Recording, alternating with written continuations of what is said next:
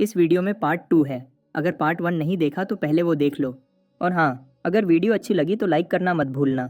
झीक जानता है कि ड्यूक को उसमें इंटरेस्ट है, लेकिन उसे फ़र्क नहीं पड़ता।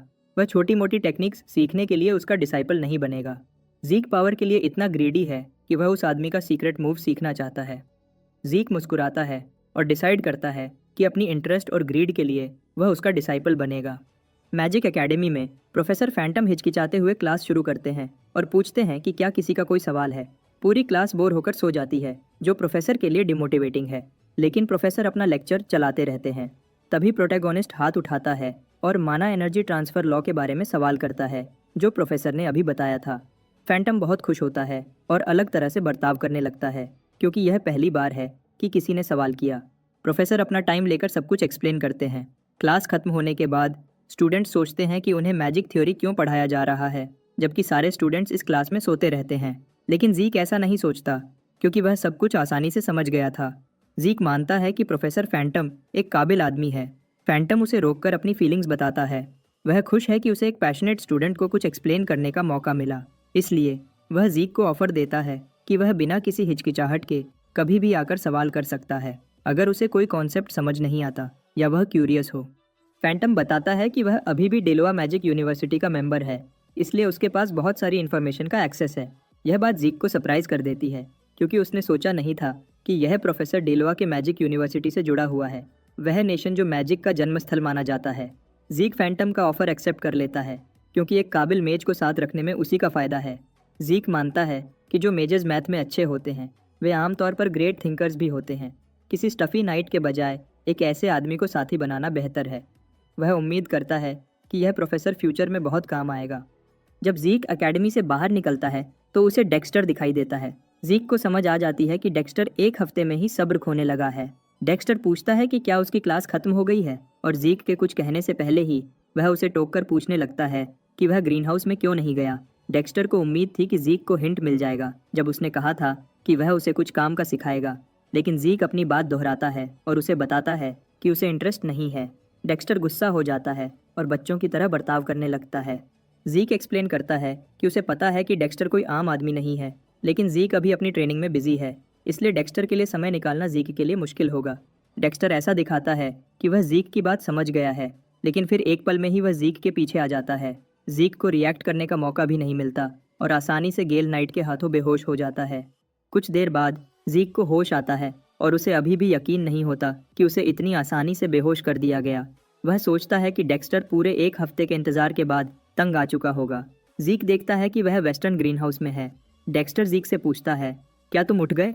जीक कहता है, यह तो सीधी सीधी किडनैपिंग है।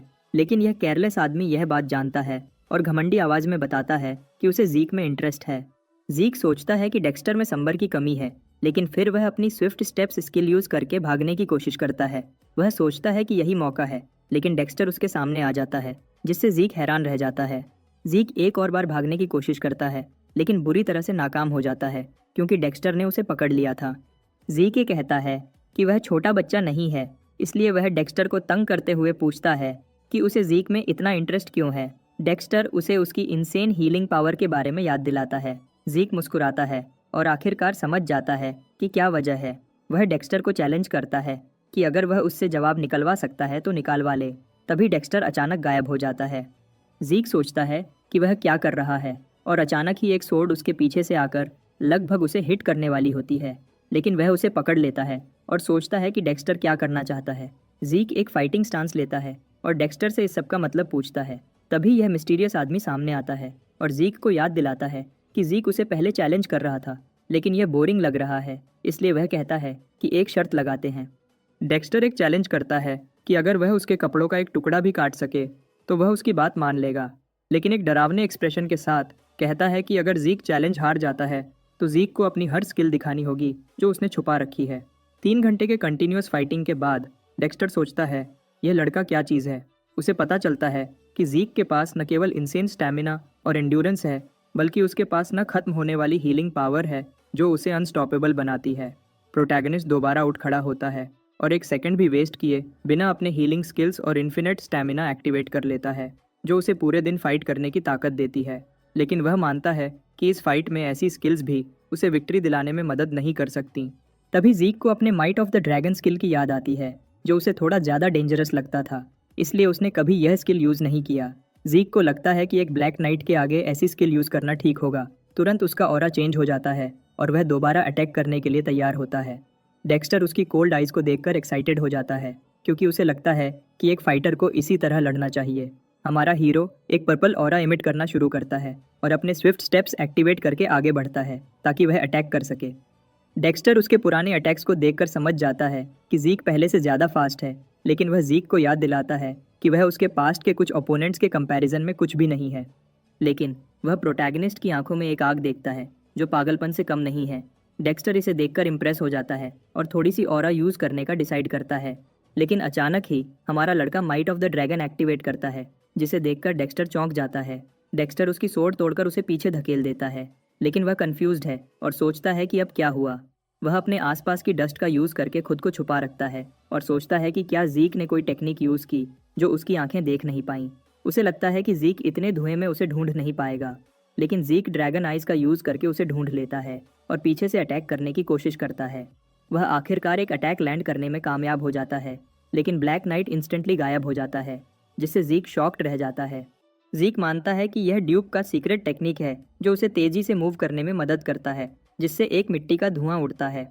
वह आखिरकार समझ जाता है कि डेक्स्टर को गेल नाइट क्यों कहा जाता है, लेकिन जब वह सोच में डूबा हुआ है तभी यह आदमी उसके पीछे आकर इसे ड्रॉ कहता है और प्रोटैगनिस्ट को बुरी तरह से हराकर फाइट खत्म कर देता है। सिस्टम दिखाता है कि फटीग लिमिट से बाहर हो चुकी है, क्योंकि उसने अपने स्किल्स का बहुत ज़्यादा यूज़ किया है, इसलिए वह न चाहते हुए भी बेहोश होने लगता है। जीक की आंखें बंद होने लगती हैं। वह उठने की कोशिश करता है, लेकिन कुछ कर नहीं पाता। कुछ घंटों बाद जब उसे होश आता है तो वह अपने रूम में होता है। हमारा हीरो सोचता है कि शायद ड्यूक ही उसे यहाँ लाया है। वह अपनी हार पर अफसोस करता है, लेकिन उसे पता है कि वह अपनी इस वीक बॉडी के साथ गेल नाइट से नहीं जीत सकता। अपनी पूरी स्ट्रेंथ लगाने के बाद भी वह हार गया। जीक को याद आता है कि उसने एक ही तरह का अटैक किया, जिससे डेक्स्टर को लगा कि वह और कोई स्किल नहीं जानता। फिर जब उसे एक मौका मिला, उसने माइट ऑफ द ड्रैगन और ड्रैगन आइज का यूज़ करके अटैक किया, लेकिन फिर भी इतना काफ़ी नहीं था। जीक जानता है कि डेक्स्टर ने जो स्किल एंड में यूज़ की वह उसका सीक्रेट मूव था। जीक को अफसोस है कि वह सिर्फ ड्रैकोनियन स्किल्स के ओवरयूज़ की वजह से बेहोश हो गया था, लेकिन वह खुश है कि वह उस आदमी का सीक्रेट मूव देख पाया। डेक्स्टर ने अपनी स्ट्रॉन्ग बॉडी के साथ जो स्पीड दिखाई वही मूव है जिसने आंड्रे को इतना हाई रैंक अचीव करने में मदद की, जबकि आंड्रे का स्टैमिना बहुत कम है। जीके को अफसोस है कि उसे यह स्किल सीखने का मौका नहीं मिला, लेकिन वह फिर भी कुछ हद तक खुश है। जीक को लगता है कि माइट ऑफ द ड्रैगन, जो एक ब्लैक नाइट को भी हिचकिचाने पर मजबूर कर सकती है, वह किसी भी छोटे मोटे एनिमी को आसानी से हरा देगी। जीक को सिस्टम से एक मैसेज मिलता है। चेक करने के बाद उसे पता चलता है कि उसका स्विफ्ट स्टेप्स लेवल अप हो गया है, उसका सोल डेवलप हुआ है और साथ ही उसके सिस्टम फंक्शंस भी अवेलेबल हैं, जो वह अब कारमा पॉइंट्स यूज़ करके अनलॉक कर सकता है। वह सरप्राइज्ड हो जाता है और देखता है कि उसके पास मिनी मैप, इन्वेंट्री और क्वेस्ट बुक अनलॉक करने के ऑप्शंस हैं, जो वह कारमा पॉइंट्स से अनलॉक कर सकता है। इतनी सारी चीज़ें देखकर जीक सोचता है कि उसे क्या लेना चाहिए। वह पहले इन्वेंट्री खरीदता है। सिस्टम उसे समझाता है कि वह आइटम्स को स्टोर कर सकता है और जब चाहे बाहर निकाल सकता है। प्रोटैगनिस्ट अपनी सोर्ड को स्टोर करने के लिए सिलेक्ट करता है। सोर्ड उसके हाथ में होती है और तब अचानक गायब होकर इन्वेंटरी विंडो में दिखाई देने लगती है। जीक अब सिस्टम के इंस्ट्रक्शंस को समझ गया है और अपनी सोर्ड को बाहर निकालने का डिसाइड करता है और तब उसकी सोर्ड उसके हाथ में आ जाती है। उसे याद आता है कि अपनी पास्ट लाइफ में वह एक आर्टिफैक्ट स्टोर करने के लिए इतना परेशान था। उसे पता चलता है कि वह कर्मा पॉइंट्स यूज़ करके स्टोरेज का लेवल ईजिली इंक्रीज़ कर सकता है, जिससे वह और भी चीज़ें स्टोर कर पाएगा। और यह सिंपल स्टोरेज फंक्शन एक लो रैंक एडमिनिस्ट्रेटर स्किल है। प्रोटैगनिस्ट सरप्राइज्ड हो जाता है और सोचता है कि वह क्या क्या स्किल्स खरीद पाएगा जब वह लो रैंक से हाई रैंक एडमिनिस्ट्रेटर फंक्शन तक पहुंच जाएगा। वह समझ गया है कि कारमा पॉइंट्स बहुत ही कीमती हैं, इसलिए बिना सोचे समझे उन्हें यूज़ करना बेवकूफ़ी होगी। वह अपने प्लान्स में कुछ चेंजेस करने का डिसाइड करता है, लेकिन जब वह सोच रहा होता है तभी डेकर वहां आ जाता है और अंदर आने की परमिशन मांगता है। जीक थोड़ा सरप्राइज्ड होता है, लेकिन उसे अंदर आने की इजाज़त दे देता है। बटलर बताता है कि उसके पास जीक के लिए एक मैसेज है। वह कहता है कि अगर वह यह बताए कि यह मैसेज गार्डन कीपर डेक्स्टर की तरफ से है तो जीक समझ जाएगा। हमारा हीरो मुस्कुराता है और उसे समझ आ जाती है कि उसकी मेहनत बेकार नहीं गई। इनविटेशन में डेक्स्टर ने लिखा है कि वह जब भी रेडी हो चैलेंज करने के लिए आ सकता है।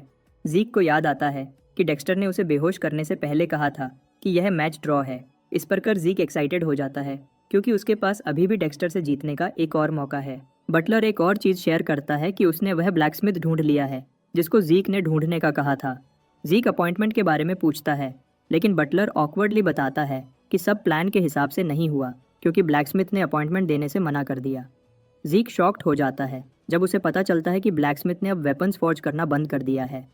अगले दिन जीक उस ब्लैकस्मिथ शॉप पर पहुंचता है जो उसने अपनी पास्ट लाइफ में विजिट की थी। वह शॉप का नाम देखकर थोड़ा मुस्कुराता है और अंदर जाता है। वह पूछता है कि क्या कोई अंदर है। अपनी पास्ट लाइफ में प्रोटैगनिस्ट को याद आता है कि उसने रेडियंस ऑफ ग्रेहम नाम की सोड यूज़ की थी।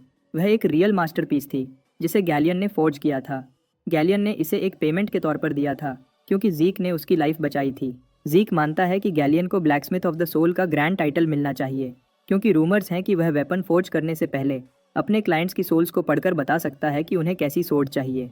जीक को याद है कि उसकी पास्ट लाइफ में गैलियन ने उसे निराश नहीं किया और एक ऐसी सोड बनाई थी जिसकी एबिलिटी की उसे सबसे ज़्यादा ज़रूरत थी। वह सोड ईथर की जगह ऑरा इस्तेमाल कर सकती थी। गैलियन एक टाइम पर पूरे कॉन्टिनेंट का ग्रेटेस्ट ब्लैकस्मिथ था, लेकिन जीक उसे ऐसे नशे में देखकर निराश हो जाता है। गैलियन लड़के को देखता है और उसे भगाने को कहता है, यह कहते हुए कि यह शॉप बच्चों के लिए नहीं है। जीक जानता है कि इस आदमी का एटीट्यूड हमेशा से ही खराब था, लेकिन पास्ट लाइफ में जब वह जीक को मिला था तो उसकी इतनी बुरी हालत नहीं थी।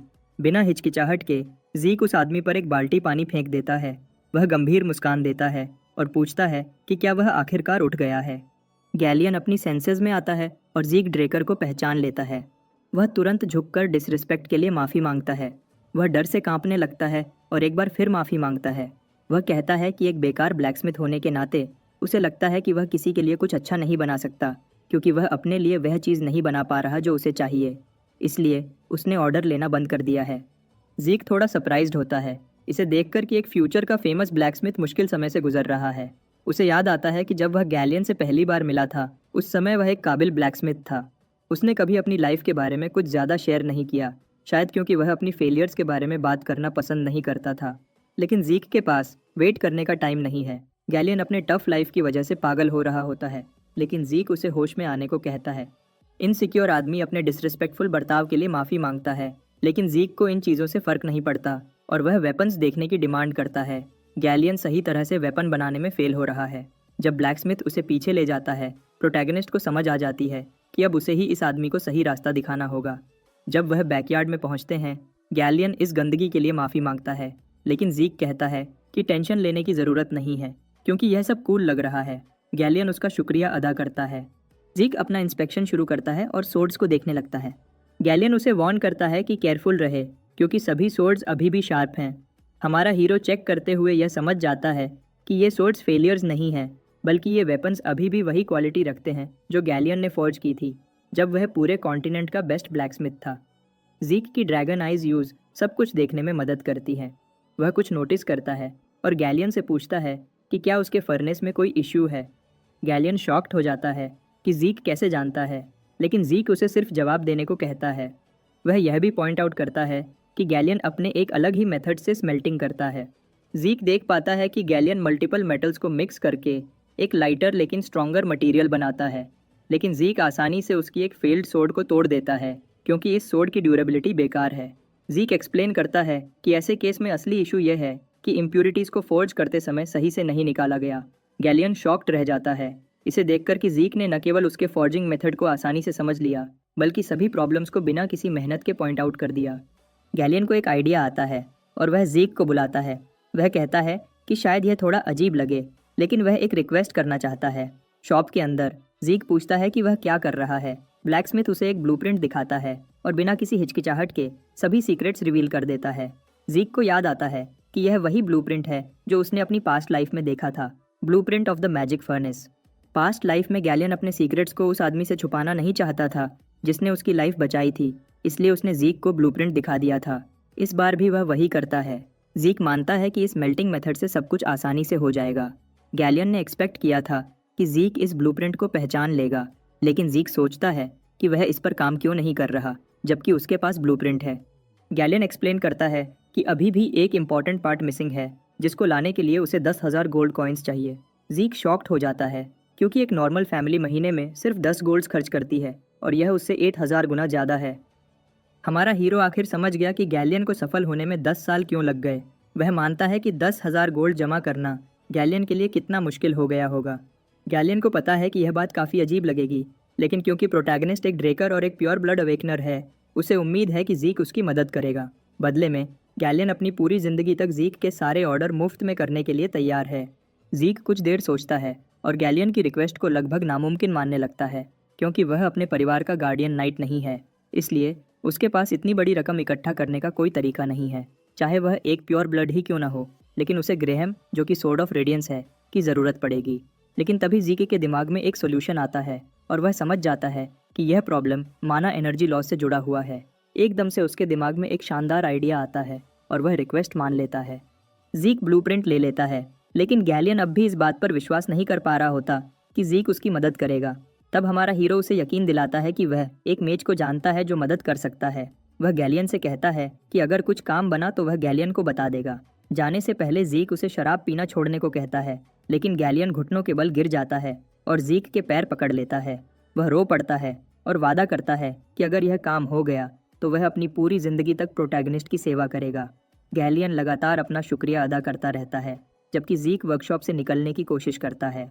ड्रेकर एकेडमी के प्रोफेसोरियल रिसर्च बिल्डिंग में ज़ीक को याद आता है कि प्रोफेसर फैंटम का मेजर इस टॉपिक से रिलेटेड था, तो वह उसके रिसर्च लैब को याद करने की कोशिश करता है। जब वह लैब ढूंढ रहा होता है, तभी एक गली में कुछ अजीब होता देख लेता है। एक बच्चा कुछ बुली लोगों के हाथों बुरी तरह पीट रहा होता है।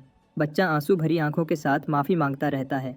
प्रोटैगनिस्ट को अचानक अपने पिछले जन्म की याद आती है और वह अपने दांतों को कसकर अपने गुस्से को कंट्रोल करने की कोशिश करता है।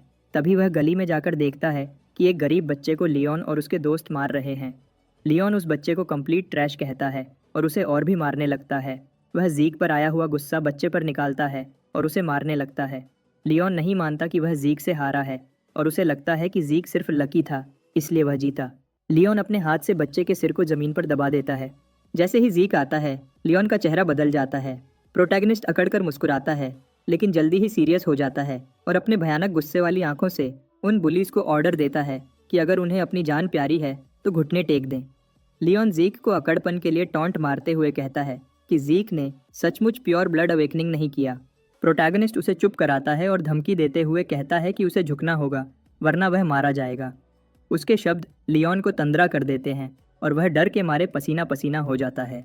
लियोन गुस्से में दांतों को कसकर ज़ीक को नाली का कीड़ा कहता है और अपने चमचों को उस पर हमला करने के लिए कहता है। ज़ीक बिना किसी डर के आसानी से उसके पंच को डोज कर देता है। वह पहले आदमी को हराता है और फिर दूसरे को भी हरा देता है। लियोन ज़ीक को देखकर हैरान हो जाता है कि यह वही ज़ीक है जो कुछ महीने पहले बिल्कुल अलग था। लियोन डर के मारे अपनी तलवार निकालता है और ज़ीक को दूर रहने के लिए कहता है, नहीं तो वह उसे घायल कर देगा। ज़ीक उसे याद दिलाता है कि ट्रेनिंग एरिया में तलवार निकालने का क्या मतलब होता है। लियोन डर के मारे घबरा जाता है और बिना कुछ कहे चुप हो जाता है। ज़ीके डुएल में जो पहले तलवार निकालता है, फाइट में जो भी हो वह उसकी रिस्पॉन्सिबिलिटी होती है। अब जब तक कोई एक मरता नहीं है, फाइट खत्म नहीं होगी। ज़ीक लियम को अपना गवाह बनाता है और लड़ाई शुरू करने के लिए तैयार हो जाता है, लेकिन लियोन माफ़ी मांगता है और रोता हुआ ज़ीक से कहता है कि उसे इस बार छोड़ दे। प्रोटैगनिस्ट को अपनी पास्ट लाइफ की याद आती है और लियोन को कमीना कहता है। एक पल में वह लियोन का कान काट देता है और कहता है कि अगर उसने यह कान वापस लगाया तो अगली बार ज़ीक उसका सिर काट देगा। लियोन दर्द से चिल्लाने लगता है। बच्चा ज़ीक से पूछता है कि उसने उसकी मदद क्यों की, तो ज़ीक कहता है कि वह किसी की मदद नहीं कर रहा था, बस अपनी मदद कर रहा था। जाते हुए ज़ीक सोचता है कि शायद गैलियन ने उसमें कुछ बदलाव ला दिया है। वह प्रोफेसर फैंटम को ढूंढता है और पूछता है कि क्या इसे बनाना संभव है। फैंटम सीधा जवाब देता है और कहता है कि यह संभव है। ज़ीक कहता है कि वह यह काम उस पर छोड़ रहा है, लेकिन फैंटम उसे रोकता है और कहता है कि वह कुछ चीज़ें क्लियर करना चाहता है। प्रोफेसर फैंटम, वैसे तो इसे बनाना मुश्किल नहीं है, लेकिन असली समस्या इसके कोर में है, जो पावर आउटपुट के लिए ज़रूरी है। यह कोर मशीन का दिल है, लेकिन इस सर्किट में कुछ कमियां हैं। यह कोर देखने में छोटा दिख सकता है, लेकिन बहुत सारी एनर्जी की ज़रूरत होती है और आउटपुट को समय पर कंट्रोल करना पड़ता है। ज़ीक सब कुछ समझ जाता है और पूछता है कि क्या इसका कोई हल है। प्रोफेसर समझाता है कि उनके पास 2 चॉइसेस हैं। वह कोर के डिज़ाइन में कुछ बदलाव कर सकते हैं, लेकिन यह काम इतना मुश्किल है कि इसमें पूरे 10 साल या शायद 15 साल लग सकते हैं। ज़ीक इस बात से हैरान हो जाता है, लेकिन प्रोफेसर दोहराता है कि यह बहुत ज़्यादा समय लेने वाला है। प्रोफेसर आगे कहता है कि दूसरा तरीका उन्हें कोर का डिज़ाइन फिर से बनाने से बचा सकता है, बस उन्हें एक अलग मटेरियल का उपयोग करना होगा। वह मानता है कि यह तरीका बहुत समय बचाएगा, लेकिन इसके लिए उन्हें एक हाई कंप्रेशन माना स्टोन की ज़रूरत है। ज़ीक इस बात को सुनते ही उठ खड़ा हो जाता है और याद करता है कि हाई कंप्रेशन माना स्टोन एक ऐसी चीज़ है जिसे आज की टेक्नोलॉजी से भी नहीं बनाया जा सकता। फैंटम उसकी बात को सही मानता है और याद दिलाता है कि यह कोई ऐसी चीज़ नहीं है जो आसानी से धूल धक्कड़ में ढूंढी जा सके। इस डिज़ाइन के लिए हाई कंप्रेशन माना स्टोन उन्हें 10,000 गोल्ड कॉइन्स में मिलेगा। ज़ीक पहले तो हार मान लेता है, लेकिन फिर सोचता है कि अगर किसी को पता चल गया कि वह ऑरा यूज़ नहीं कर सकता तो उसका क्या होगा। 15 साल बहुत लंबा समय है, लेकिन वह 10,000 गोल्ड कॉइन्स भी नहीं जुटा सकता। उसे हारकर भागने का मन नहीं करता, क्योंकि सब लोग उसे ऑरा यूज़र मानते हैं, जो कि सच नहीं है। असल में यह है कि उसने ब्लेसिंग के समय स्टैचू ने जो रिएक्शन दिखाया था वह सिर्फ उसके ईथर और हीलिंग एबिलिटीज़ की वजह से था।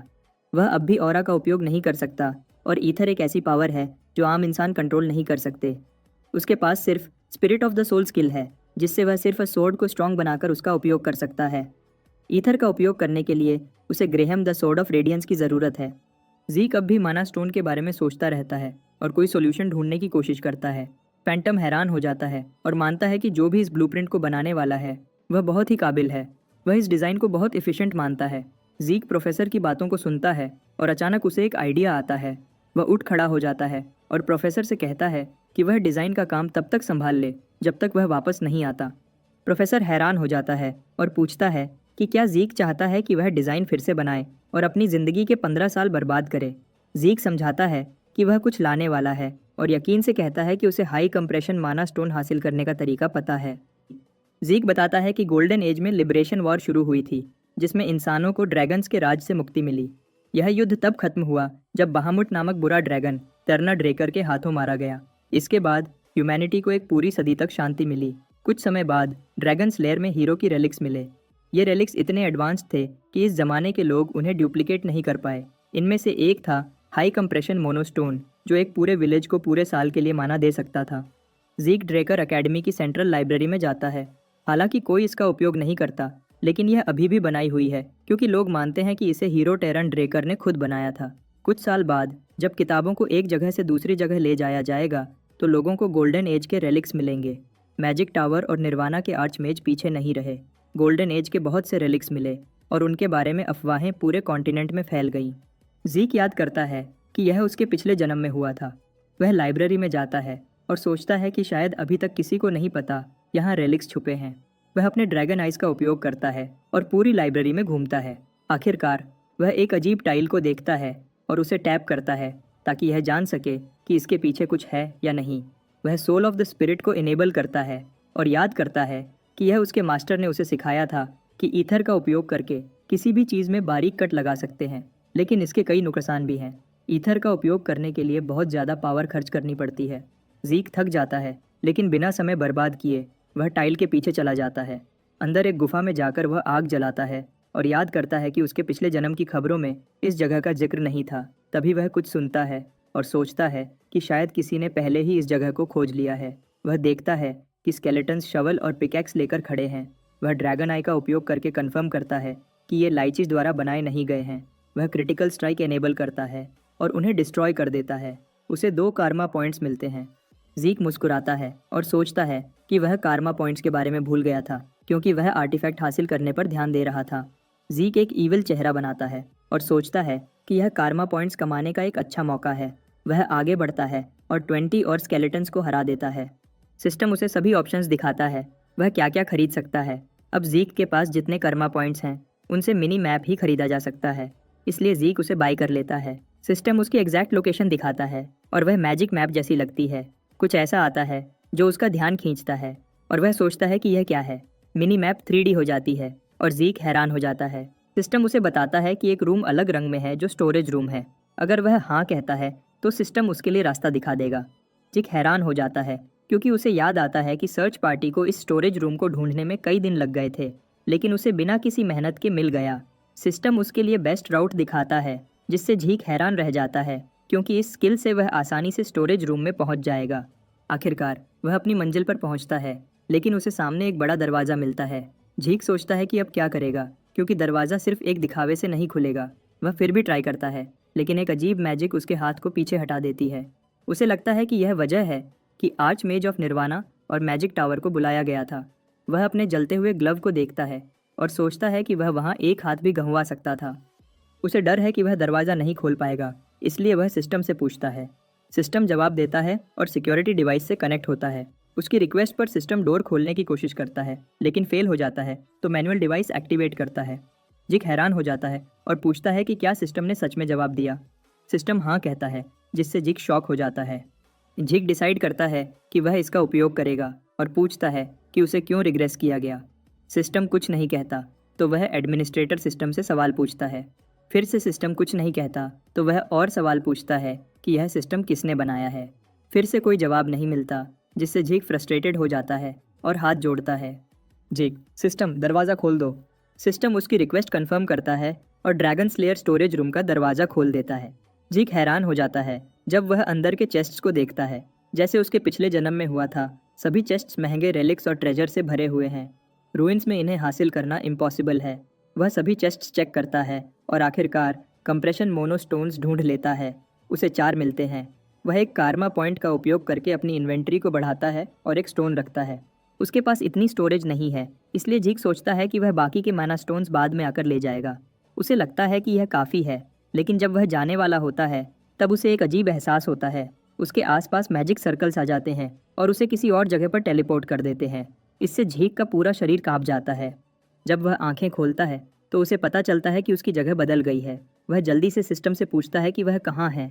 सिस्टम जवाब देता है कि वह ड्रैगन स्लेयर के घर में है। उसके पिछले जन्म में उसने कभी ऐसे कमरे के बारे में नहीं सुना था जो कॉफिन्स से भरा हुआ है। मिनी मैप खोलकर उसने देखा कि वह पहले वाले कमरे से ज़्यादा दूर नहीं है, लेकिन यहाँ जाने का कोई रास्ता नहीं है जो ड्रैगन स्लेयर के घर से जुड़े। इसलिए यह संभव है कि यह एक छुपा हुआ रास्ता है जो कभी खोजा नहीं गया।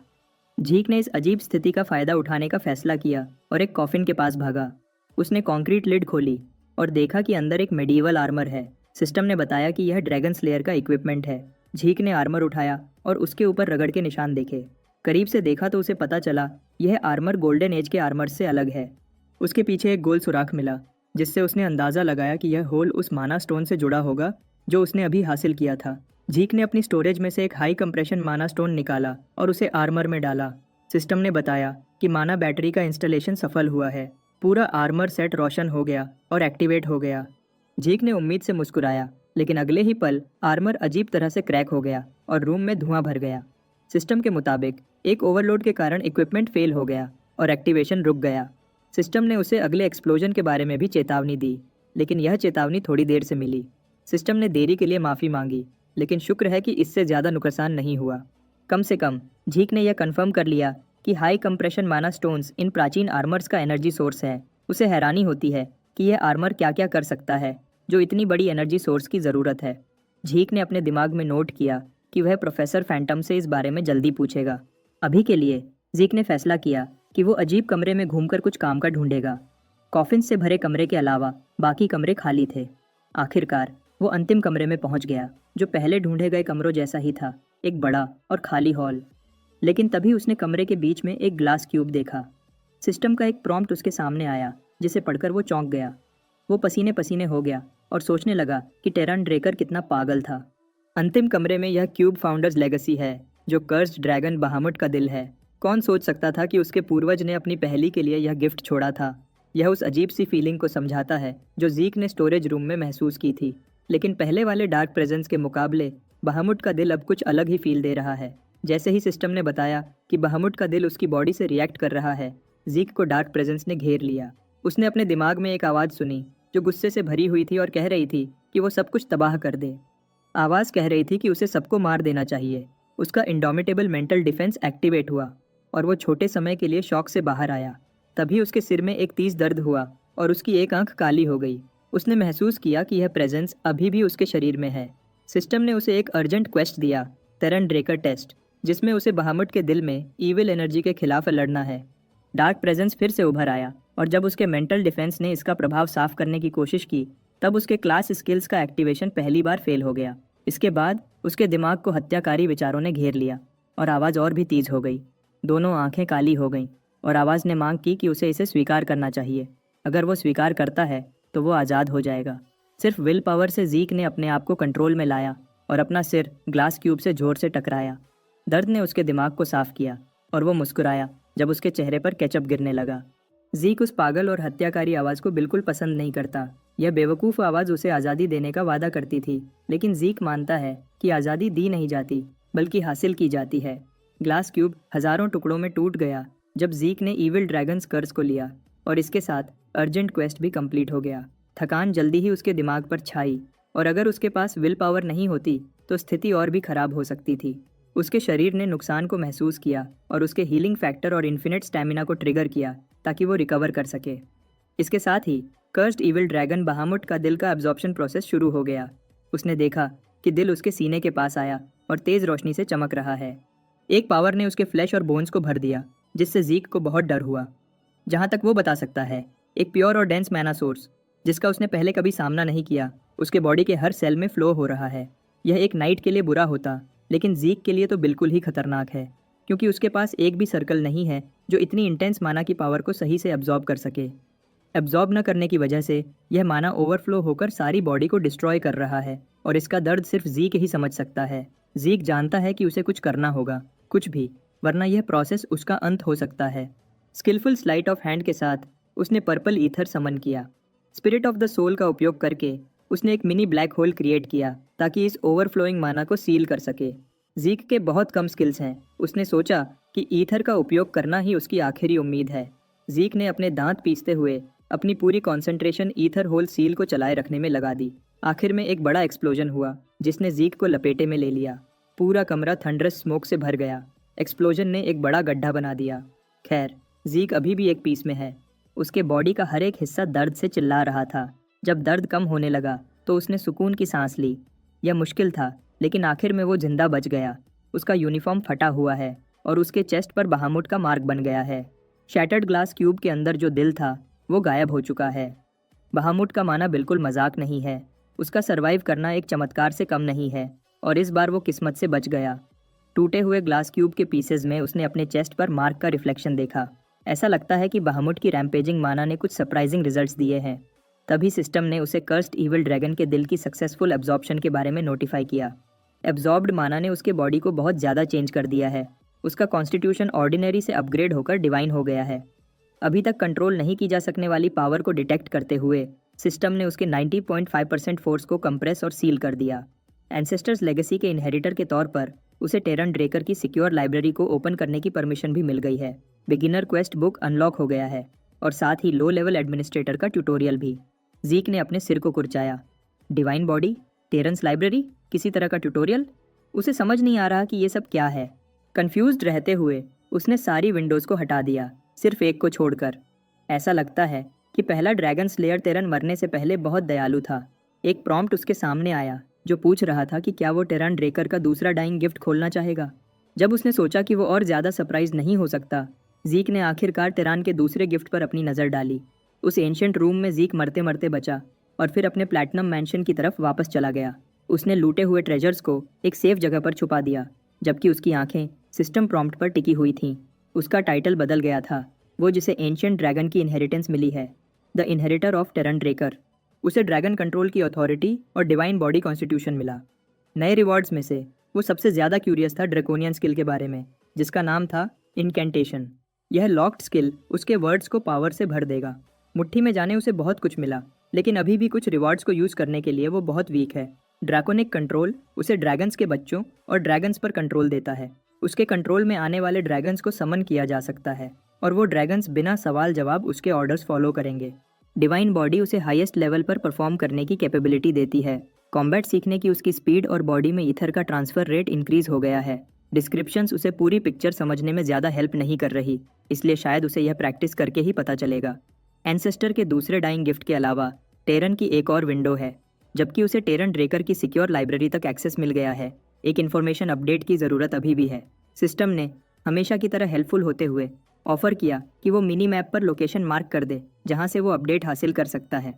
ज़ीक एक्स्ट्रा वर्क से खुश नहीं है, लेकिन इसके पास और कोई दूसरा रास्ता भी नहीं। उसे सरप्राइज़ हुआ जब उसने मिनी मैप पर मार्क लोकेशन को पहचाना। डिज़ाइन को देखकर ये वालहला जैसा लग रहा था। वालहला सबसे प्रेस्टिजियस नाइट ट्रेनिंग इंस्टीट्यूशन है एडमिनिस्ट्रेटर्स के अलावा कोई भी उस एरिया को देख भी नहीं सकता, या अंदर जाना तो दूर की बात है। जीक के लिए भी अभी इस कंडीशन में ऐसी जगह में एंटर करना मुश्किल होगा। वो इस लाइफ में इंस्टीट्यूशन ज्वाइन करने का प्लान भी नहीं बना रहा था, लेकिन अगर उसे टेरन के डाइंग गिफ्ट से रिलेटेड कुछ वहाँ मिल सकता है तो शायद जीक अपने प्लान्स को चेंज करना पड़ेगा। ऐसा लगता है कि किस्मत उसे इस फैमिली का हिस्सा बनाए रखने पर मजबूर कर रही है। अगली चीज़ जिस पर उसने फोकस किया वो थी beginner quest book. Low level administrators के लिए ट्यूटोरियल जल्द ही शुरू होगा। इसके ट्यूटोरियल को पूरा करने पर उसे एक क्वेस्ट मिलेगा जिससे जीक और भी पावरफुल बन पाएगा। क्वेस्ट्स के साथ रिवॉर्ड्स भी मिलेंगे। जीक ने इस क्वेस्ट सिस्टम को एडवेंचरर्स गिल्ड के मिशंस या मर्सनरी असाइनमेंट्स से कंपेयर किया। क्यूरियस होते हुए उसने सिस्टम से पूछा कि ट्यूटोरियल में क्या शामिल है। बिना उसे जवाब देने का मौका दिए क्वेस्ट अचानक ट्रिगर हो गया। उसकी आसपास की सराउंडिंग्स बदलने लगी। उसकी आंखें इस बदलाव पर विश्वास नहीं कर पा रही थीं। कुछ सेकंड्स बाद वो एक अलग डायमेंशन में था। ग्रिड लाइंस उसके पैरों के नीचे नजर आने लगी और ना खत्म होने वाली डार्कनेस ने उसे घेर लिया। जीक अभी भी शॉक में है। उसने अपने आसपास देखा ताकि समझ सके कि वो कहाँ है। ऐसा लगता है कि उसे फिर से टेलीपोर्ट किया गया है। एक दिन में 2 बार अपनी मर्जी के बिना ट्रांसपोर्ट होना क्रेजी है, लेकिन इस बार थोड़ा अलग महसूस हो रहा है। इस बार कमरों की बजाय ऐसा लग रहा है कि पूरा एरिया ही शिफ्ट हो गया है, जैसे वो एक बिल्कुल अलग डायमेंशन में चला गया हो। बिना किसी वार्निंग के उसे एक डेंजरस प्रेजेंस का एहसास हुआ जो पीछे से अटैक कर रही थी। मुड़कर देखा तो उसने ऑर्क्स को अपने स्पाइक्ड क्लब्स के साथ अपनी तरफ आते हुए देखा। तभी सिस्टम ने एक्सप्लेन किया कि ट्यूटोरियल क्वेस्ट के लिए उसे 60 मिनट्स के अंदर मॉन्स्टर्स को डिफीट करना होगा और इसमें 2 या ज़्यादा डिफरेंट स्किल्स का यूज़ करना होगा। कंप्लीशन पर उसे पॉइंट्स और सिस्टम स्टोर अनलॉक का रिवॉर्ड मिलेगा। जब वो सोच में था उसके बैटल सेंसेस ने काम किया और उसके हाथ में एक सोर्ड आ गई। ऐसा लगता है कि ये ट्यूटोरियल उसके लिए ऐसी सिचुएशंस क्रिएट कर रहा है जहां वो सिस्टम का फ़ायदा उठा सके। अगर उसे ये फीचर पहले मिला होता तो अच्छा होता। जब 3 ऑर्क्स ने 3 अलग एंगल से उस पर अटैक किया, जीक एक पल में गायब हो गया। अटैक्स ने पूरे ट्यूटोरियल एरिया को हिला दिया। बिना समय गंवाए उसने स्विफ्ट स्टेप्स और कंटिन्यूअस स्लैश एक्टिवेट किए ताकि बचकर अटैक कर सके। इस तरह के मॉन्स्टर्स अब उसके लिए कोई चुनौती नहीं है। वो ज़्यादा मेहनत किए बिना उनके बॉडीज़ को बिल्कुल आसानी से काट सकता है। उसने नोटिस किया कि क्लेमोर जो वो यूज़ कर रहा था वो फेदर जितनी लाइट महसूस हो रही थी। इसकी स्ट्रेंथ में ये बूस्ट शायद डिवाइन बॉडी कॉन्स्टिट्यूशन का एक इफेक्ट है। उसने सोचा कि एक स्ट्रॉन्गर फिजिकल बॉडी के साथ वो अब आसानी से एक पर्पल नाइट को हरा सकता है। ट्यूटोरियल ऑर्क्स को 1 शॉट में मारने के बाद वो वापस उसी जगह पहुंच गया जहां पहले था। दूसरा डायमेंशन गायब हो गया और वो सोचने लगा कि क्या ये सिर्फ एक इल्यूजन था, हालांकि ये बिल्कुल रियल महसूस हुआ था। ट्यूटोरियल कंप्लीट करने के अलावा उसे क्रिटिकल बोनस और टाइम बोनस भी मिला। उसने क्वेस्ट रिवॉर्ड में 400 पॉइंट्स और शॉप कैटेगरी का एक्सेस हासिल किया। उसे बहुत खुशी हुई जब उसे पता चला कि अब वो सिस्टम के थ्रू आइटम्स खरीद सकता है। जीक जल्दी से शॉप टैब खोला और देखा कि वहाँ अमेजिंग आइटम्स सेल के लिए अवेलेबल हैं। इनमें giants flash, breath of a flame giant और भी बहुत कुछ शामिल था। हर लिस्टेड आइटम एक रेयर रेलिक है जो मार्केट में करोड़ों के बराबर की है। शायद वो इस शॉप का यूज़ करके आइटम्स को रीसेल करके बहुत पैसा कमा सकता है। खरीदने के अलावा वो अपने इन्वेंट्री में मौजूद आइटम्स को बेच भी सकता है। उसकी ट्रेनिंग सोर्ड्स बेचने के लिए अवेलेबल नहीं है, लेकिन एल्वन डैगर की प्राइस 4 पॉइंट्स है। ऐसा लगता है कि शॉप सिर्फ एंशियंट रेलिक्स एक्सेप्ट करती है। उसका एल्वन डैगर ऑक्शन में आसानी से 100 गोल्ड पीसेस में बेचा जा सकता है, लेकिन सिस्टम के लिए सिर्फ 4 पॉइंट्स की वैल्यू रखता है। उसने डिसाइड किया कि वो कुछ भी तब तक नहीं बेचेगा जब तक बिल्कुल ज़रूरी ना हो। इसके साथ वो अपने पर्सनल ट्रेनिंग रूम से बाहर आया और दिन खत्म करने का सोचा। पहले 24 आवर्स में वो बहुत थक गया है, इसलिए लगता है कि आज रात वो अच्छी नींद सो पाएगा। अगले ही दिन जीक ड्रेकर एकेडमी के रिसर्च सेंटर गया ताकि प्रोफेसर फैंटम से मिल सके। मैजिक प्रोफेसर को यकीन नहीं हो रहा था कि इस लड़के ने सिर्फ एक ही दिन में हाई कंप्रेशन माना स्टोन ढूंढ लिया। जब जीक से पूछा गया कि उसने ये स्टोन कैसे हासिल किया, जीक ने एक्सप्लेन करने से इनकार कर दिया क्योंकि ये बहुत कॉम्प्लिकेटेड हो जाता। जीक ने अपनी चाय का कप ख़त्म भी नहीं किया था और प्रोफेसर फैंटम ने पावर सोर्स को ट्विक करने का काम पूरा कर लिया। यह मैजिक का केरा अपने काम में सबसे आगे है। चाहे प्रोफेसर ने छुपाने की कोशिश की हो, जीक को एहसास हुआ कि प्रोफेसर को उस पर शक है। हर बार जब हाई कंप्रेशन माना स्टोन कॉन्टिनेंट में मिलता है तो उसे एंशिएंट टेक्स्ट्स में रजिस्टर किया जाता है। यह ट्रैक रखने और मैनेज करने के लिए होता है कि किसने यह स्टोन हासिल किया और कहाँ से मिला। लेकिन जीक के पास जो माना स्टोन्स हैं वो अनरजिस्टर्ड हैं। चाहे कितनी भी मेहनत कर लो, वो सेंट्रल कॉन्टिनेंट रजिस्ट्रेशन एनसाइक्लोपीडिया में नहीं मिलेंगे। प्रोफेसर फैंटम का शक बिना किसी बात के नहीं था। उसके पास बहुत एक्सपीरियंस है। जीक ने सोचा कि ऐसे टैलेंटेड पर्सन को ऐसी जगह नहीं रहना चाहिए जहां उसकी कला को कोई पहचान नहीं पा रहा। आखिरकार प्रोफेसर ने डिज़ाइन को एक्टिवेट करने की कोशिश की और हम वापस पेपर्स ब्रेथ पर पहुंच गए। डिज़ाइन कंप्लीट करने के बाद उन्होंने अपरेटस को blacksmith of the soul galleon Helbert के हवाले कर दिया। जीक और प्रोफेसर फैंटम ने मास्टर ब्लैकस्मिथ को काम करते हुए देखा। उसकी वर्कशॉप बहुत सारे अजीब मैजिक सर्कल्स से चमक रही थी। गैलियन के चेहरे पर एक खुशी थी। अब वो आखिरकार अपने सपने के मुताबिक वेपन्स बना सकता है। जीक और फैंटम इतिहास बनते हुए देख रहे थे। कामयाब ट्रायल के बाद प्रोफेसर फैंटम ने उन्हें गुड बाय कहा ताकि वो एक लेक्चर अटेंड कर सके। गैलियन जीके की मदद के लिए शुक्रगुजार था। उसने कभी सोचा भी नहीं था कि वो अपनी ज़िंदगी में एक कंप्लीट मैजिक फर्नेस देखेगा, लेकिन इस यंग लड़के के साथ डील करना उसकी ज़िंदगी का सबसे अच्छा डिसीजन था, क्योंकि जीक ने अपने हिस्से का वादा पूरा किया। अब गैलियन की बारी थी। ब्लैकस्मिथ इस एहसान का बदला चुकाने के लिए उत्सुक था। जीक ने अपने बैग से एक मटेरियल निकालकर गैलियन को दिया। एक नज़र में ही ब्लैकस्मिथ को पता चल गया कि उसके हाथ में क्या है। इस ब्यूटीफुल केस के अंदर एक ड्रैगन्स फैंग था। टेरन की विल इनहेरिट करने के रिवॉर्ड्स में से एक था बहामट का सबसे तेज फैंग। पागल ब्लैकस्मिथिंग ऐसी अच्छी कंडीशन में ड्रैगन्स फैंग देखकर ललचाने लगा। टेरन ड्रेकर का दूसरा डाइंग गिफ्ट सच में परफेक्ट रिवॉर्ड था, दिल से लेकर फैंग्स तक। उस एंसेस्टर को प्राइसलेस चीज़ें कलेक्ट करने का बहुत शौक था। अचानक गैलियन कांपने लगा। उसकी आंखों से आंसू और नाक से नोस्सी बहने लगे, जिससे जीक कंफ्यूज्ड हो गया। जीक ने मैजिक फर्नेस के सपने को रियलिटी में बदला और अब ये मुझ जैसे क्राफ्ट्समैन को ड्रैगन्स फैंग से वेपन बनाने का मौका दे रहा है। गैलियन ने वादा किया कि वो उसकी उम्मीद से ज़्यादा बेहतर वेपन बनाएगा। ब्लैकस्मिथ ऑफ द सोल ने अपने नाम की कसम खाई कि वो जीक के लिए एक ऐसी ब्लेड बनाएगा जो उसकी ज़िंदगी की कीमत के बराबर होगी। ये वर्ड जीक को याद थे। यह वही वादा था जो उसने अपनी पास्ट लाइफ में किया था। जीक की सेकंड लाइफ में भी गैलियन वही वफादार इडियट है। यह बात जीक को अंदर से थोड़ा इमोशनल कर गई। पेपर्स ब्रेथ से बाहर निकलकर जीक ने क्राफ्टिंग को एक्सपर्ट के हवाले कर दिया। जीक को आइडिया है कि गैलियन उसके लिए कौन सी ब्लेड फोर्ज करेगा। कॉन्टिनेंट के बेस्ट ब्लैकस्मिथ के हाथ में वो ज़रूर कुछ ऐसा बनाएगा जो देखने में इस दुनिया का नहीं लगेगा। फॉर्ज की ट्रिप के बाद जीक सीधा प्लैटिनम मैंशन के अपने रूम की तरफ चला गया। उसने वेपन पाने के लिए बहुत परेशानियां सहनी पड़ी थीं और अब वो आखिरकार रिलैक्स कर सकता है। उसे ड्यूक के साथ ड्यूअल हुए 1 हफ्ता हो चुका था और उसने ड्यूक ने एक और मैसेज भेजा था कि वो राउंड 2 के लिए वापस आए। जब वो सोच रहा था कि ये पागल गार्डनर ज़रूर कुछ न कुछ करेगा, तो उसे एक जानी पहचानी प्रेजेंस का एहसास हुआ। उसके रूम में कोई घुस गया था। पीछे मुड़कर देखा तो गेल नाइट खड़ा था और वो गुस्से से लग रहा था कि जीक ने उसकी इनविटेशन एक्सेप्ट नहीं की। पागल नाइट ने उसे गुस्से से देखा और एक्सप्लेनेशन मांगा, जबकि उसकी तरफ से किलिंग इंटेंट निकल रही थी। ऐसा लग रहा था कि वो अभी जीक को मार डालना चाहता है। जीक ने ओल्ड नाइट के इमोशंस के साथ खेलने का डिसाइड किया और बताया कि उसका दोबारा चैलेंज करने का कोई इरादा नहीं है। ड्यूक ड्रेकर ने एक ही पल में दोनों के बीच का डिस्टेंस कवर किया और सच सुनने बोलने की मांग की।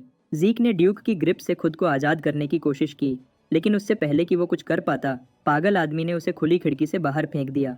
जीक शॉक रह गया और उसने अपने बॉडी को ग्रेविटी का शिकार होते हुए महसूस किया। उसका रूम मैंशन की अपर फ्लोर्स पर है, इसलिए इतनी हाइट से गिरना खतरनाक था। इस हाइट पर शायद वो मर भी सकता है, उससे पहले कि उसका पैसिव हील काम कर सके। पैनिक करते हुए उसने बालकनी के एज को पकड़ने की कोशिश की, लेकिन उससे पहले कि वो लेज तक पहुंच पाता, ड्यूक का हाथ उसके गले पर एक्सेसिव फोर्स के साथ जम गया। ओल्ड नाइट को यकीन नहीं हो रहा कि बच्चे को नहीं पता कि उस लेटर का मतलब क्या था।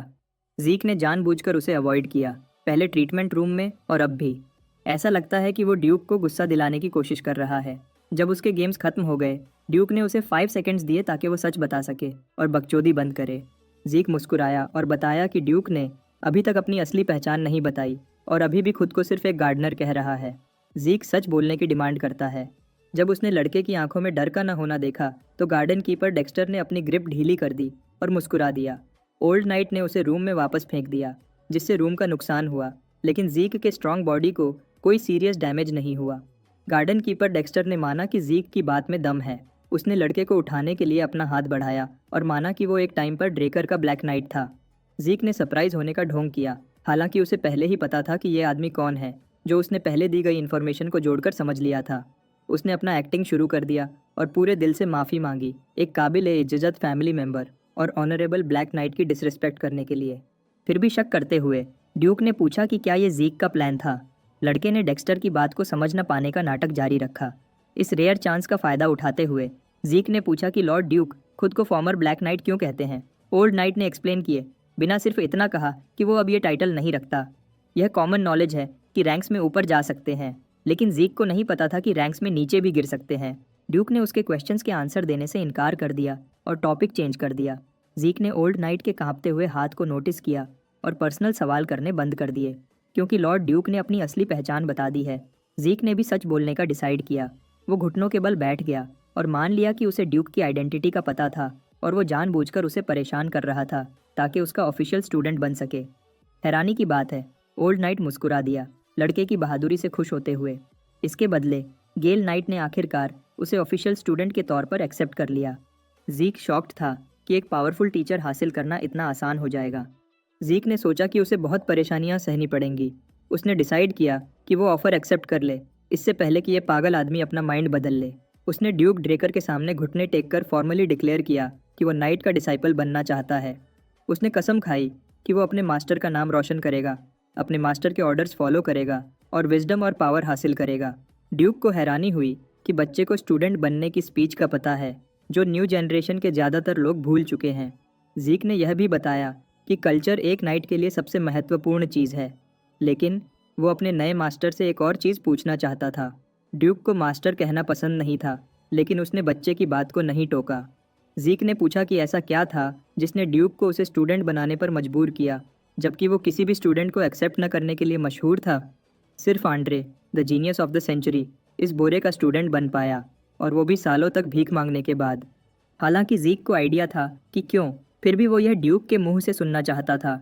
उसने सोचा कि ओल्ड नाइट ने उसमें एक ऐसी पोटेंशियल देखी होगी जो आंड्रे से भी ज़्यादा है। ड्यूक मुस्कुराया और उसे गैस करने को कहा। जीक ने जवाब दिया कि उसे फैमिली का जीनियस होने की वजह से एक्सेप्ट किया गया है। ड्यूक ने उसके इस कॉन्फिडेंट गलत आंसर पर हंसी उड़ाई। अगर वो सिर्फ पोटेंशियल के बेसिस पर स्टूडेंट चूज कर रहा होता तो उसने टून फैमिली की उस लड़की को चूज किया होता, लेकिन उसने जीक को प्योरली उसकी गट्स के बेसिस पर चूज किया। टैलेंट ही सिर्फ एक पर्सन को रेड या ब्लैक नाइट के लेवल तक नहीं पहुंचाता। रियलिटी में टैलेंटेड इंडिविजुअल्स ज़्यादातर सीरियस इश्यूज़ का सामना नहीं करते, और इसलिए वो एनिमीज़ के सामने आसानी से गिर जाते हैं, अपनी टैलेंट और ज़िंदगी दोनों खो देते हैं। एक पूरी ज़िंदगी हार्ड वर्क और एनिमीज़ से लड़ने के बाद जीक इस बात से बिल्कुल अग्री करता है। ज़्यादातर जीनियसेस जिनका सोचा गया था कि वो रेड नाइट बन पाएंगे, न सिर्फ उम्मीदों पर खरे उतरने में फेल हुए, बल्कि ज़्यादातर ब्लू नाइट के लेवल पर अटक गए। जवाब देने के बाद ड्यूक उठ खड़ा हुआ और सवाल जवाब रोक दिया। अब वो अपने नए स्टूडेंट को उसका पहला लेसन देना चाहता था। दोनों ने वेस्टर्न ग्रीनहाउस के जिम्नेजियम का रुख किया। जीक को पता भी नहीं था कि ग्रीनहाउस के नीचे एक जिम है। ड्यूक ने उसे बस ट्रैक पर दौड़ने का ऑर्डर दिया, और वो उसे समझ नहीं आ रही उसका नया मास्टर क्या प्लान कर रहा है। 3 घंटे बीत चुके थे और ड्यूक बस उसे ऑब्जर्व करते जा रहा था, बिना कुछ बोले। आखिरकार ड्यूक ने उसे रुकने के लिए चिल्लाया और एक सवाल पूछना चाहा। जीक खुशी खुशी अपनी जॉग रोककर पूछता है कि मास्टर क्या जानना चाहते हैं। जब वो रिएक्ट करने ही वाला था, ड्यूक का हल्क जैसा बॉडी उसके पीछे आ गया। ओल्ड नाइट का हाथ जीक की तरफ बढ़ा और लड़के ने इंस्टिंक्टिवली उसके हाथ को डॉज करने की कोशिश की। उसके बैटल सेंसेस ने काम किया और उसके बॉडी के हर पार्ट ने उसे सेफ रहने के लिए पीछे हटने पर मजबूर कर दिया। ड्यूक उसके हाथ और आर्म को पकड़ने में फेल हो गया, लेकिन हल्के से टच ने उसके स्पेशल ग्लव को ऑलमोस्ट ख़राब कर दिया। ओल्ड नाइट ने अपने स्टूडेंट से पूछा कि क्या उसे पल्स चेक करने में कोई प्रॉब्लम है। जीक को पता था कि ये पागल आदमी सिर्फ पल्स चेक करने की प्लानिंग नहीं कर रहा था। ड्यूक को पता था कि इस बच्चे में कुछ गड़बड़ है। पहले जब वो इन्फर्मरी में लड़े, फिर ग्रीन हाउस में ड्यूल किया, और अब 500 लैप्स ट्रैक पर दौड़ने के बाद भी उसने जीक के बॉडी में एक ड्रॉप ऑरा भी महसूस नहीं किया। जब ड्यूक उसकी कलाई के करीब आया तो जीक ने अजीब रिएक्ट किया।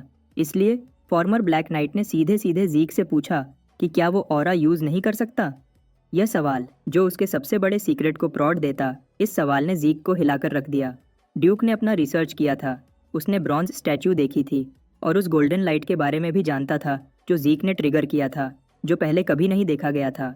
डेक्स्टर ने पूछा, अगर मैं गलत हूँ तो जीक उसे अपनी पल्स चेक करने दे।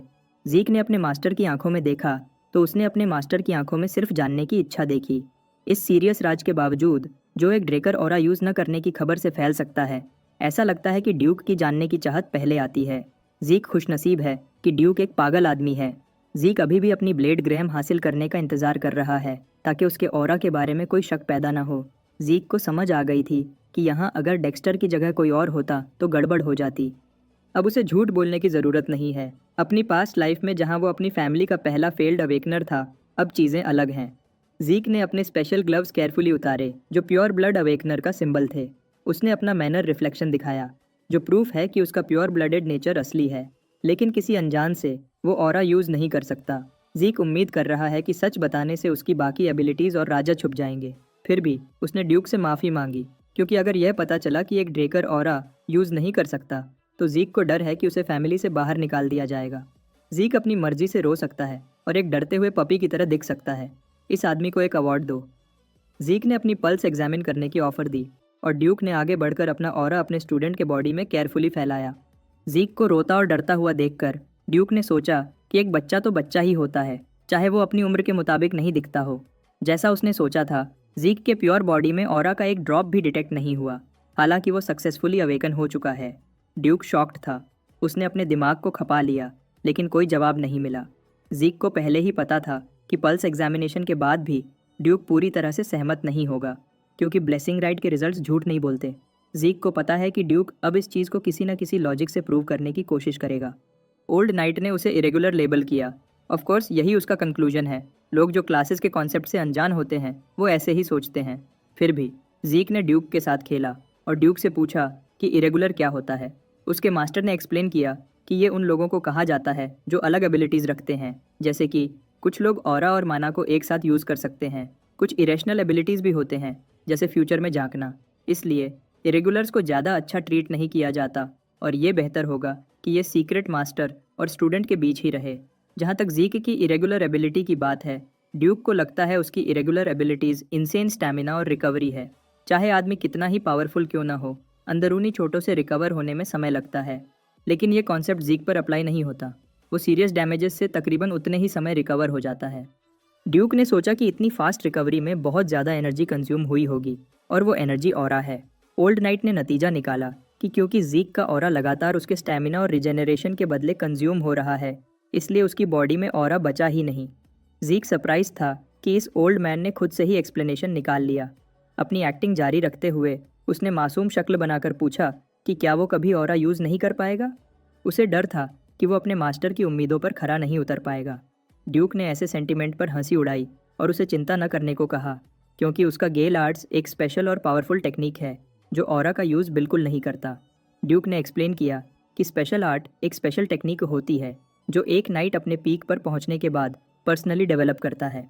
आमतौर पर यह ड्रैगन स्लेइंग आर्ट्स का एक एप्लीकेशन या स्पेशलाइजेशन होता है, इसलिए इसमें ऑरा का प्रॉपर यूज़ ज़रूरी है। लेकिन क्योंकि गेल आर्ट्स बॉडी की ट्रेनिंग को इम्पोर्टेंस देती है, ड्यूक ने अपने स्टूडेंट्स को एक डेमोन्स्ट्रेशन देना चाहा। इसलिए उसने जीक से कहा कि वो सही से ऑब्जर्व करे। अचानक जिस फ्लोर पर वो खड़ा था वो एक सिंपल जंप की फोर्स से क्रैक हो गया। जीक ने अपनी पूरी कोशिश की कि ड्यूक की इंसेन स्पीड को ट्रैक कर सके। कुछ ही सेकंड्स में गेल नाइट पूरे अरीना में घूम गया और उसकी स्पीड इतनी थी कि उसके आफ्टर इमेजेस भी आंखें देख नहीं पा रही थीं। फिर वो उसी जगह वापस आकर लैंड हुआ जहाँ से शुरू किया था। उसने पसीना तक नहीं बहाया। जब पूछा गया कि क्या उसने मूवमेंट्स देखी, जीक ने पूछा कि क्या वो खुद ट्राई कर सकता है। ड्यूक ने हैरत से पूछा कि क्या बच्चा दोबारा नहीं देखना चाहता। पागल आदमी हंस पड़ा और जीक के कॉन्फिडेंस की तारीफ की, जो एक ब्लैक नाइट की याद दिलाता था, और उसने बच्चे को ट्राई करने की इजाज़त दे दी। जीक आगे बढ़ा और पोजीशन ली। उसने दिमाग में अपने मास्टर की मूवमेंट्स को रिप्ले किया जैसे मास्टर ने करके दिखाया था। उसका पहला स्टेप ब्लैक नाइट के फुटप्रिंट के ऊपर एक गड्ढा छोड़ गया। टेक्निक एक बार देखने के बाद उसने ड्यूक के मूवमेंट पैटर्न को परफेक्टली किया। अब जब वो अपने मास्टर की मूवमेंट्स और ट्रेजेक्टरी को डायरेक्टली कॉपी कर रहा है, वो चीज़ें देखने लगा जो पहले नहीं दिख रही थीं। साफ पता चल रहा है कि ये स्टेप्स ऐसे लिए गए जैसे वो किसी के साथ स्पार कर रहा हो। कुछ patterns attack, dodge, distance close करने और डिस्टेंस क्रिएट करने के लिए यूज़ हो रहे थे। हर एक स्टेप का कोई ना कोई मकसद था। फाइनल पोजीशन में पहुंचकर जीक धीरे रुका। ड्यूक को अपनी आंखों पर विश्वास नहीं हो रहा था। उसे पता था कि बच्चा गिफ्टेड है, लेकिन एक हफ्ते पहले वो इतना अच्छा नहीं था। ऐसा क्या हो गया था कि एक हफ्ते में उसका पोटेंशियल इतना ज़्यादा बढ़ गया। डिफरेंस बिल्कुल हेवन और अर्थ जैसा था। ड्यूक ने ऐसा कुछ कभी नहीं देखा था। उसने कभी ऐसी परफेक्शन नहीं देखी। लेकिन जीक ने मुड़कर अपना अहंकार दिखाकर सब कुछ खराब कर दिया। अगर जीक अपने अहंकार को कंट्रोल में रख सके तो वो परफेक्ट हो सकता है। ड्यूक ने मजाक में उसे हेडलॉक में पकड़ लिया और उसे तंग किया कि वो रोया था, और फिर लगभग परफेक्टली डेक्स्टर की स्किल कॉपी कर ली। टाइम बीत गया जब से ड्यूक ने उसे ट्रेन करना शुरू किया। आज जीक को एकेडमी डाइनिंग हॉल में देखा जा सकता है। उसके प्लेट पर मीट, सी फूड, ब्रेड और हर वो चीज़ थी जो कैंटीन में मिल सकती थी। उसे गेल नाइट का अप्रेंटिस बने 1 महीना हो चुका है और लगातार ट्रेनिंग की वजह से उसकी भूख बढ़ती ही जा रही है। आज उसका लंच इंटरप्ट हुआ जब इंस्ट्रक्टर आंड्रे ने पूछा कि क्या वो कुछ टाइम बात करने के लिए निकल सकता है। क्योंकि आंड्रे का स्केड्यूल बिजी है। जीक ने आंड्रे से कहा कि वो जो बात करना चाहते हैं वो यहीं और अभी शुरू करें। आंड्रे के पास एक सिंपल सवाल था। वो जानना चाहता था कि जीक ने सर डेक्स्टर को कैसे कन्विंस किया, क्योंकि आंड्रे अभी तक ड्यूक का ऑफिशियल डिसाइपल नहीं बना पाया। इस समय ये खबर कि जीक को एक्सेप्ट कर लिया गया है ने शायद उसे थोड़ा परेशान कर दिया। अपनी प्लेट पर खाना खाते हुए जीक ने जवाब दिया कि उसने कुछ खास नहीं किया और सर डेक्स्टर ने उसे अपने आप चूज़ किया। आंड्रे को ऐसे जवाब से गुस्सा आया। उसने जीक को गुस्से से देखा। उसने ये कंक्लूजन निकाल लिया कि जीक को सिर्फ इसलिए डिसाइपल बनाया गया है क्योंकि वो एक प्योर ब्लड अवेकनर है। हमारे हीरो को ये आरोप बिल्कुल पसंद नहीं आया। उसने अपना खाना खत्म किया और सेंचुरी के जीनियस को इस कड़वी सच्चाई को मानने का कहा। जीक इस बात की तरफ इशारा किया कि आंद्रे एक कुएं का मेंढक है जो सिर्फ खुद को ही पावरफुल समझता और हर चीज़ के लायक नहीं। यह बात इंस्ट्रक्टर को बिल्कुल पसंद नहीं आई। उसके हाथ गुस्से से कांपने लगे। उसने जीक को कैडेट कहकर उसकी जगह दिखाने की कोशिश की, लेकिन लड़के ने अपनी बात खत्म नहीं की। उसने आंड्रे से पूछा कि क्या वो मानता है कि सर डेक्स्टर इस टाइप का आदमी है जो डिसाइपल को सिर्फ इस रीज़न के लिए चूज़ करेगा। जीक ने इस बात पर जोर देकर कहा कि वो अपनी ब्लड लाइन को फाउंडेशन के तौर पर यूज़ करके डिसाइपल नहीं बना। ये उसकी अपनी एबिलिटीज़ की वजह से है। फिर उसने आंड्रे को कुछ वैल्यूबल एडवाइस दी। अपना टाइम ईगो को सेटिस्फाई करने में बर्बाद करने के बजाय शायद उसे कुछ मेहनत करनी चाहिए ताकि उसे भी चूज़ किया जाए। आंड्रे जितना भी गुस्सा था, उसने माना कि कैडेट के इन वर्ड्स में कुछ तो सच्चाई है। बाद में उसी दिन वेस्टर्न ग्रीन हाउस अरीना में 2 की जगह 3 लोग थे। कोई जीक और ड्यूक से पहले पहुंच गया था और ट्रैक पर ऐसे दौड़ रहा था जैसे उसकी ज़िंदगी का सवाल हो। जीक ने अपने मास्टर से पूछा कि क्या हो रहा है, लेकिन गेल नाइट भी कंफ्यूज था।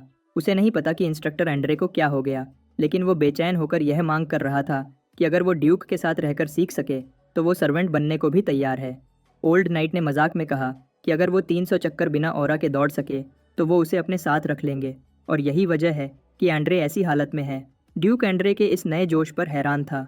इसी तरह जीक भी हैरान था कि ये आदमी सिर्फ एक सेल्फ राइचस नर्ड नहीं है। ऐसा लगता है कि एकेडमी के जीनियस में गट्स हैं। आज एकेडमी के हर स्टूडेंट को फील्ड पर लाइन बनाने के लिए बोला गया है। आज एक स्पेशल दिन है। ये पेट्रियार्क के विजिट का दिन है। स्टैलियंस की स्ट्रॉन्ग स्ट्राइड्स ने कैंपस के बाहर गरज मचा दी। एक लैविश कैरेज जिस पर ड्रेकर फैमिली का सिंबल था कैंपस के अंदर आई। गार्ड्स ने सभी को पेट्रियार्क के आने की इन्फॉर्मेशन दी। एकेडमी का मोटा डीन हावर्ड ड्रेकर ने अपने लोगों को तैयार होने का ऑर्डर दिया ताकि वो अपने सुप्रीम लीडर का स्वागत कर सके। वो गेट के सामने खड़ा हुआ, यह कंफर्म करते हुए कि वीआईपी को सबसे पहले वहीं दिखे।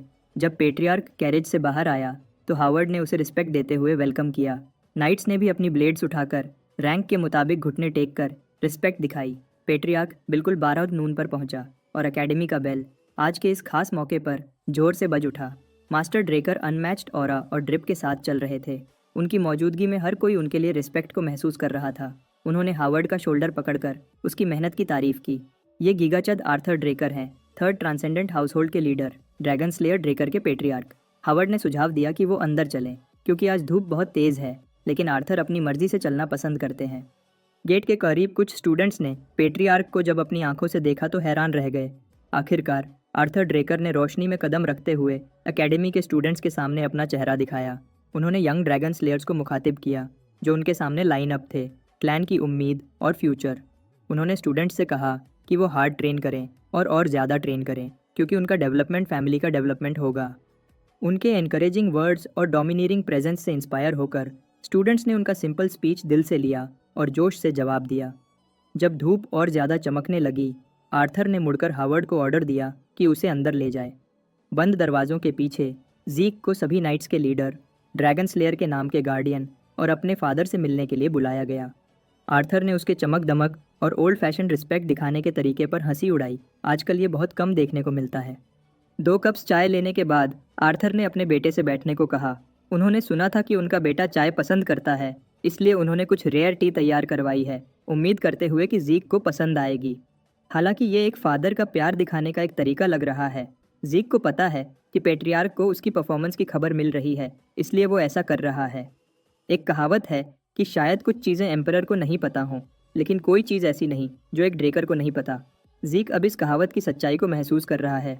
आर्थर ने माना कि उन्होंने जीक को बुलाया है क्योंकि सुना है कि ड्यूक ने उसे डिसाइपल बनाया है। जैसा एक्सपेक्टेड था, पेट्रियार्क इधर उधर की बातें करने वाले नहीं हैं। वो सीधे पॉइंट पर आना पसंद करते हैं। जैक ने पूरी बात को नज़रअंदाज करते हुए कहा कि ड्यूक उस पर एक बड़ा एहसान कर रहे हैं। आर्थर अपने बेटे के गोल को नहीं जानता था। ड्यूक की टीचिंग्स को फॉलो करना एक ब्राइट फ्यूचर दिखाता है। जैक ने अपने फादर की बात को काटकर कहा कि उसका गोल कॉन्टिनेंट का सबसे स्ट्रांग आदमी बनना है। ऐसे अजीब गोल ने आर्थर की आंखों में शार्पनेस भर दी। जैक ने यह भी कहा कि वो सबसे ज़्यादा स्ट्रांग बनेगा ताकि वो बिल्कुल आज़ाद ज़िंदगी जी सके। ये उसका गोल है और वो उस तक पहुंचने के लिए कुछ भी करेगा। उसने अपने फादर के चेहरे को देखा, लेकिन समझ नहीं पाया कि पेट्रियार्क क्या महसूस कर रहा है। आर्थर ने जानबूझकर अपनी ऑरा और ब्लड लस्ट लीक की।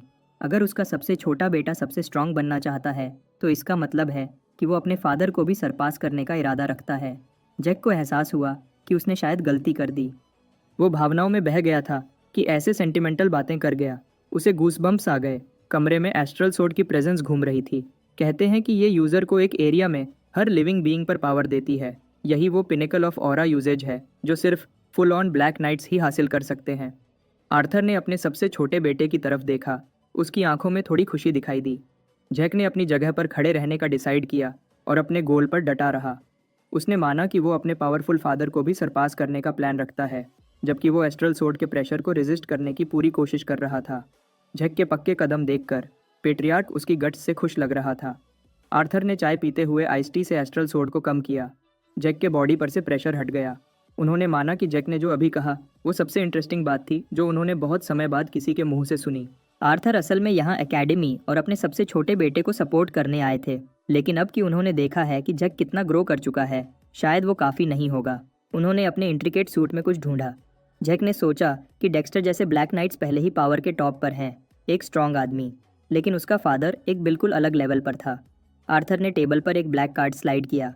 कार्ड पर ड्रेकर का सिंबल था। ये आर्थर का जैक के लिए गिफ्ट था, ड्यूक डेक्स्टर का डिसाइपल बनने के लिए। एक ब्लैक कार्ड को पर्सनली देखकर जैक घबरा गया और उसके वर्ड्स अटकने लगे। जैक के रिएक्शन से आर्थर को समझ आ गया कि जैक को पता है कि ब्लैक कार्ड का क्या मतलब है। देखो, ये एक क्रेडिट कार्ड है जो सिर्फ कुछ लोगों को दिया जाता है। जैक ने कभी सोचा भी नहीं था कि वो एक ब्लैक कार्ड पर्सनली देखेगा। सिर्फ इसका होना ही बहुत बड़ी बात है। इसका क्रेडिट लिमिट ही नहीं, सिंपल वर्ड्स में एक इन्फिनिट मनी ग्लिच है। आर्थर ने खुशी से एक्सप्लेन किया कि कार्ड दोनों के नाम पर होगा ताकि जैक इसे फ्रीली यूज़ कर सके।